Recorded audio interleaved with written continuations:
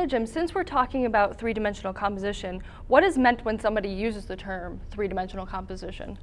Three-dimensional composition means that you're working within height, width, and depth. Architecture, pottery, sculpture are examples of three-dimensional art.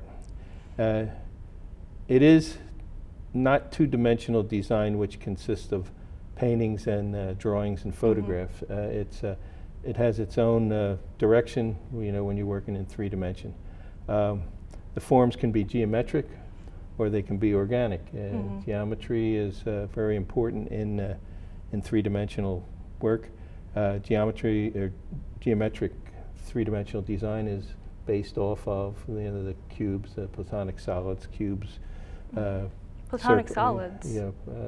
Platonic solids are taking the geometric shapes and changing them to forms where they'd actually be three-dimensional, and you can draw them and you know, using two-point perspective, or you can make them in three dimension. Okay. So that's how we use that, and all the rules of design still apply to a three-dimensional piece of work.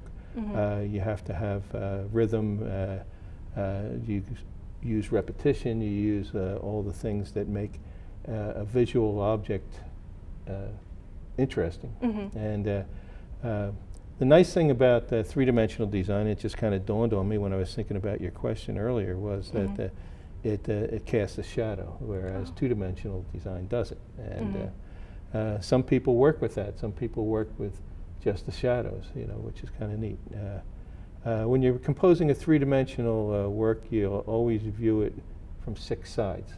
You know, you can't just look at it from the front. You have to look at it from 4 sides, and the top and the bottom, to actually compose it the way it should be.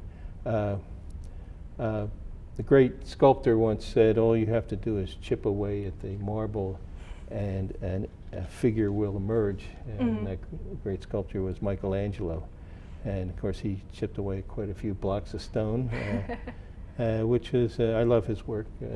I saw it last summer in Florence and in the Vatican, and he's just incredible. I don't know how he did it. I know Michelangelo's one of the greats for a reason. How would you describe middle ground, foreground, and background in the terms of art? I know how they work in photography, but how do they work in art? Yes, well, in two-dimensional design, you use foreground, middle ground, and background if you're painting, and you can use perspective, you can use different sizes to make it go back, or you can use color. In three-dimensional design, you don't use it as much if you're working with one piece, but if you're working with an installation, you'll have to think about what's going to be in the foreground, what's going to be in the middle, and what's going to be in the background.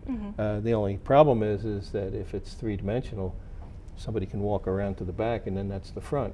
Yeah, it'll change depending on where you are standing. So it gets pretty tricky. But those rules are still applicable to three-dimensional design. I find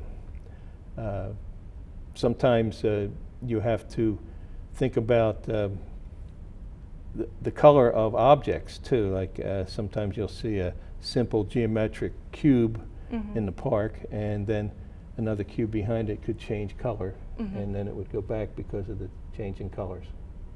So that's how you work with foreground, background, and foreground, middle ground, and background. I want to get it right.